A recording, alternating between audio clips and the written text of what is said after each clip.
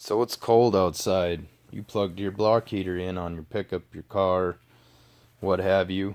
You go to start it the next morning, and it still doesn't start. The battery's dead. You left your cell phone charger plugged in, or the batteries just aren't up to real par in your vehicle. So just the clock ran them down, or whatever your pickup draws at night or car. So you want to install a maintainer. That's what we're gonna do. We're having problems out here. We just had a cold spell, 30 below, uh, 50 with the wind chill. It was cold. So we're gonna install a maintainer. But which maintainer should you use? I went to Napa, picked up this one here. That one there cost around 58 bucks, I think it was, almost 60 bucks. And it's supposed to be the only one you can mount under a hood. Well, today's vehicles don't leave you a lot of options of where you're going to mount it, so I don't know why they thought it should only have maybe a foot on each side of cord, meaning you're going to have to run an extension cord up under your hood. Well, the whole point was not to pop your hood.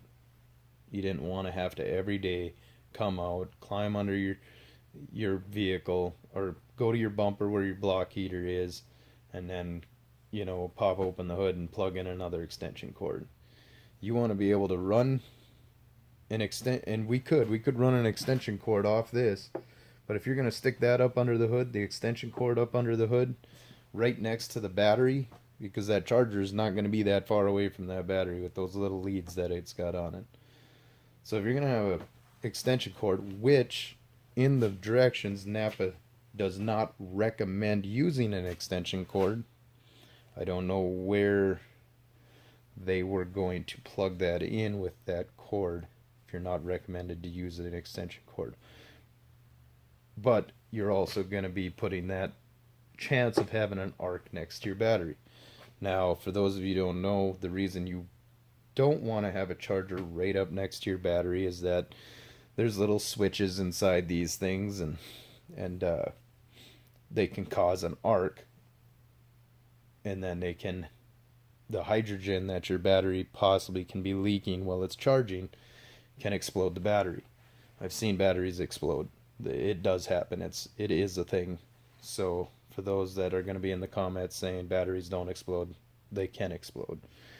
Uh, these are, maintainers. So when they get to their 1.5 amp load, they're not really cooking the battery that hard. They're probably not gonna produce enough hydrogen to explode.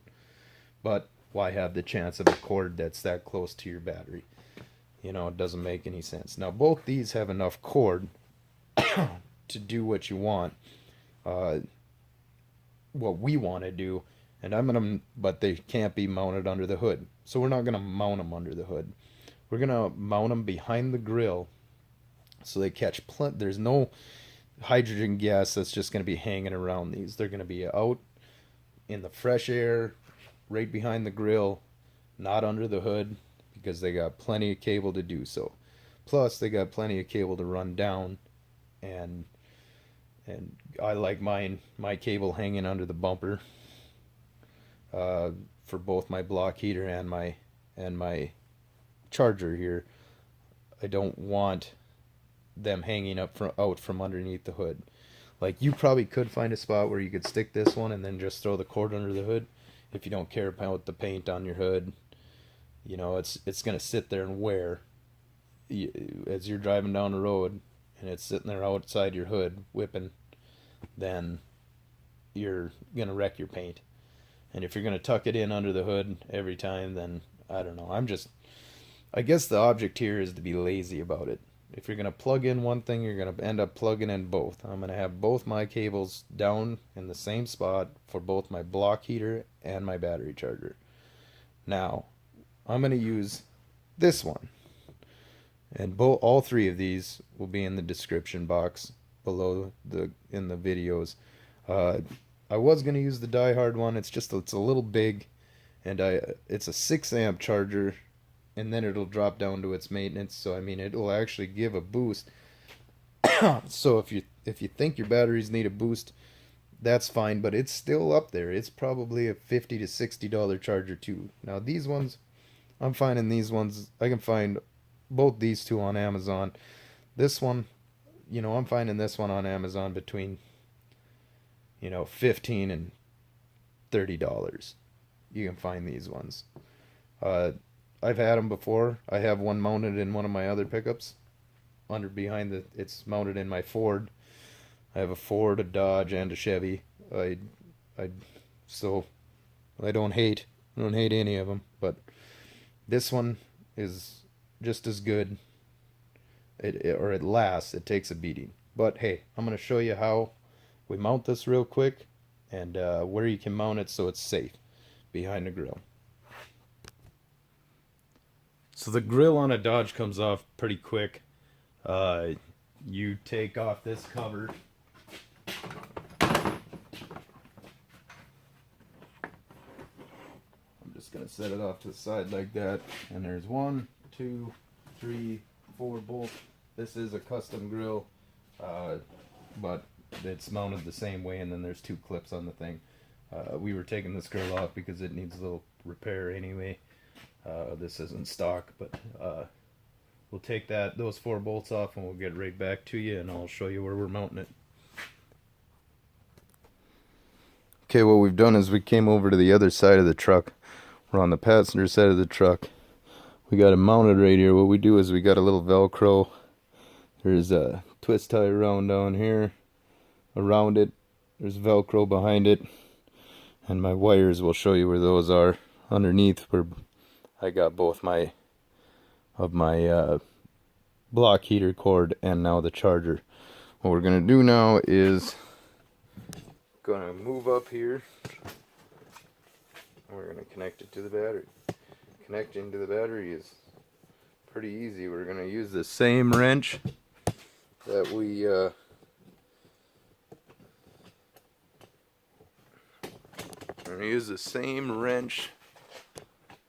that took off the grill. So really we're doing this all with one wrench. We're gonna hook our cable up right here. Here is our battery. So I'm gonna hook it up hopefully the right way. I'm gonna try to get a better camera angle, and I'll be right back. Okay, what we're doing here is we're gonna disconnect the negative end first, which we already got the bolt out. And get it away and it stay away. Alright, there it is. I'm gonna do our positive.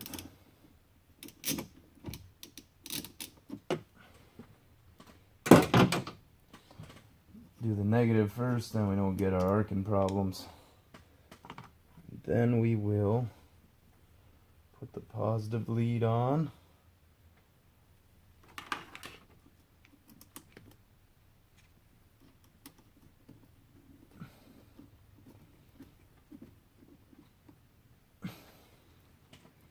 And then we'll just continue with the negative lead here. Put the negative lead on. And we're putting the grill already back on. Get the wiring out of the way. And we'll put the grill back on, and I'll show you what it looks like with the finished product.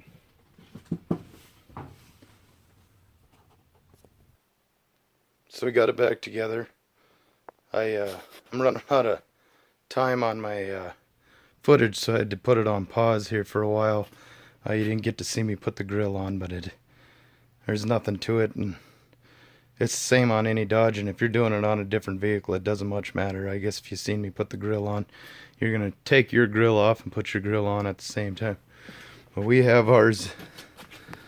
There's the battery charger right there. You can see the little lead light. Let's see if we can actually get a glimpse of it. There it is. That'll tell you it's charging. I mean, I can see it plain as day.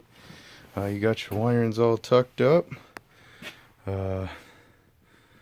into there. We're gonna rerun that up underneath the thing, but just to shorten up the video, I figured we would just show you that it's in.